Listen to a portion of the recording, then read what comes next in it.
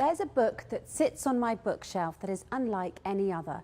It invites people to go out and learn about the world in order to better make sense of what was written in it and in order to prove its own authenticity beyond a shadow of a doubt. In fact, the book encourages its readers to read, learn, ponder and question things, so much so that the first word revealed from the book was read. But it doesn't stop there. The book goes on to challenge its readers, especially the scientists and scholars among them, with statements such as, "We will show them our signs in the universe and in their own selves until it becomes manifest to them that this is the truth." And these similes we put forward for mankind, but none will understand them except those who have knowledge. The author of this book gives us the total freedom to either believe or disbelieve in what he wrote, but at the same time the author tells us that he also has the freedom to determine our fate after death, with either eternal happiness in paradise or an eternal painful punishment in hell. There is no third option. The following is just one quote from the book's many profound passages, given as a quick and simple example to help you understand what I mean. The author swears that indeed what is written inside this book is very serious and is not a joke, but the amazing part is that the author swears by two phenomena that at the time the book was revealed, 1400 years ago, were completely unknown to man in any way. The quote is as follows: "By the sky which has the bounce, by the earth which has the crack."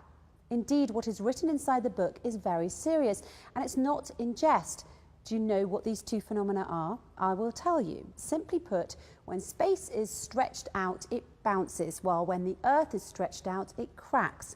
Although we can't see a bounce in the sky, in 1916, Einstein's game-changing theory of relativity determined that spatial bodies move in the fabric of space in much the same way as a child bounces on a stretchy trampoline.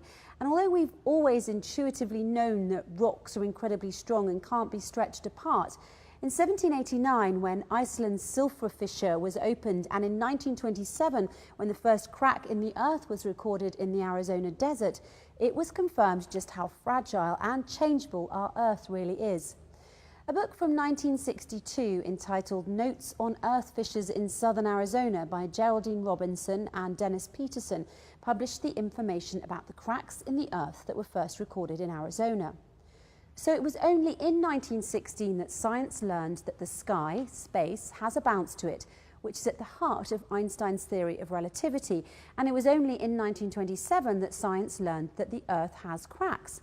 Yet, not unsurprisingly, the ancient book that I speak of contains numerous proofs in the form of scientific facts and natural wonders that were only discovered by scientists centuries later.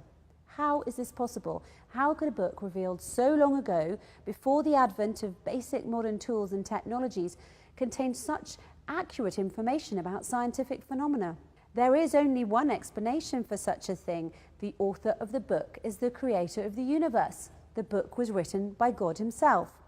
Do you know the book that I'm talking of? It's called the Holy Quran and is such an impressive book that it would forever change the course of the world.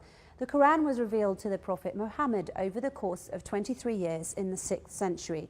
It was a miracle back then and remains a miracle to this day. Though the Prophet Muhammad received the revelation and transmitted it to the people, he did not have any part in writing it. In fact, the Prophet Muhammad was illiterate. He never learned to read or write. What makes the Quran so unique is that it contains wisdom and knowledge that never gets outdated. And for a book from the 6th century, that's pretty exceptional. Not only has the Quran stood the test of time and remained accurate even with all the modern advancements mankind has been able to accomplish with the help of cutting-edge technologies, the Quran has, in numerous chapters, challenged anyone who doubts its authenticity to come up with something that can stack up against it. Many disbelievers at the time of the Prophet liked to spread the lie that the Quran was written by the Prophet himself instead of God Almighty. This is how the Quran